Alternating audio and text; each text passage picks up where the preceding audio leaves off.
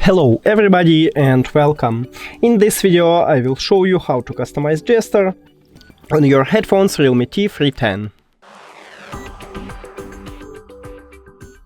You have to start by open the application and now click on your headphones.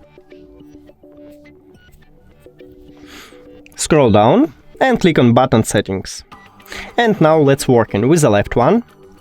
For the double press, I wanna leave this play pause button, and for the right one, for the double press, I wanna use next track.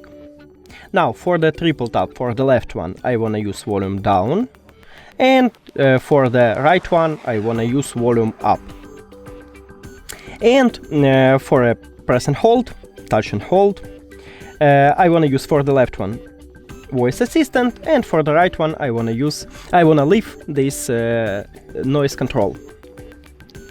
But you can change it, it's up to you. That's it.